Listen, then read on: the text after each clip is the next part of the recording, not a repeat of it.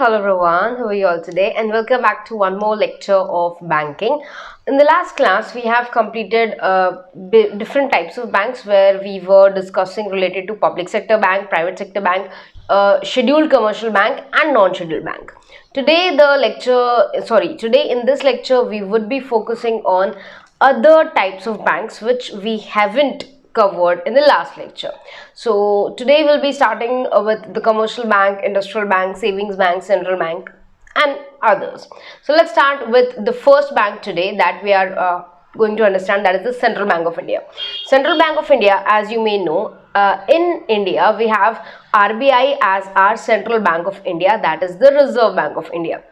Every country has its own central bank. So if you talk about USA, there will be a Central Bank of USA, and then you have UK, and every country has their central bank. Central bank helps to control, regulate, monitor the entire banking system of that particular country. So every country needs to have their own central bank in order that they can maintain the entire currency, they can maintain their entire economic system or monetary system, and they can control all the banking activities with the help of central bank. So central bank could be considered as the most top or the apex institution in the banking sector of any country.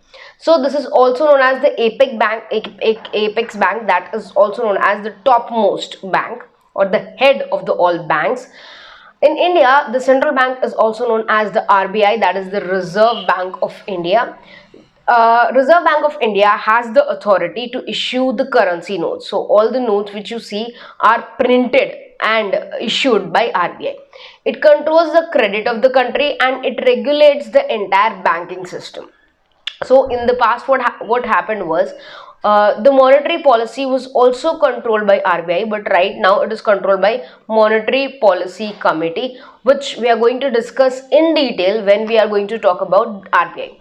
Today we are just focusing on the types of banks. So one of the banks is central bank. Central bank is the topmost banking authority of any country. In India, the central banks is also known as the RBI. And RBI has the authority to issue the currency notes, to regulate the banking system and to regulate various things related to banking sector. So this was all about the central bank. Now let's go towards scheduled bank and non-scheduled bank, which we have completed in the last video. So if you haven't watched that particular video, you can just go back and watch that entire video.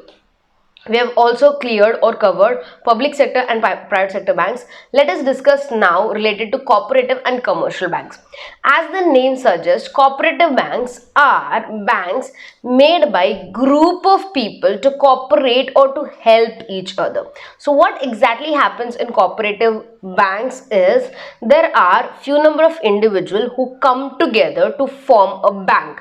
Once the bank is formed, every person has equal share in the bank, and the bank acts as a helping hand to all these persons. So all these persons, whenever they need money, whenever they need finances, whenever they have problems related to finances, they can reach out to the bank, and bank will help them or will have a priority of helping its own members first. Okay, so these are the key elements related to a cooperative bank. Cooperative bank, which is jointly owned by a group of individuals. This is the first thing you need to remember. Each individual has equal share. There is no like I have more shares or less shares. No, every individual in a cooperative bank has an equal share, and the affairs of the bank is managed by its shareholders.